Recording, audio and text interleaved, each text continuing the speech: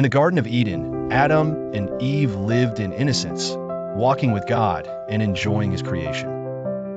But one day, the cunning serpent approached Eve and questioned God's command not to eat from the tree of the knowledge of good and evil. Tempted by the promise of wisdom and the serpent's sly words, Eve ate of the forbidden fruit and shared it with Adam. Their eyes were opened. Realizing their nakedness, they felt shame and hid from God. God called to them, and upon learning what happened, pronounced painful consequences. The serpent would crawl and eat dust, destined for conflict with humanity. Eve would experience pain in childbirth and conflict in her relationship with Adam. Adam would toil and sweat to produce food from the cursed ground. God clothed them in garments of skin, but sent them out of Eden to prevent access to the tree of life, placing cherubim and a flaming sword to guard the way.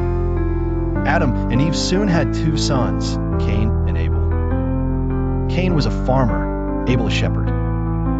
Both brought offerings to God, but God looked with favor on Abel's sacrifice, not Cain's. In anger and jealousy, Cain lured Abel into the field and killed him.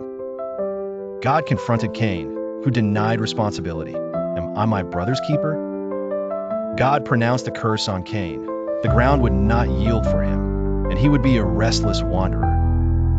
Yet, God marked Cain to protect him from being killed by others, showing mercy in judgment.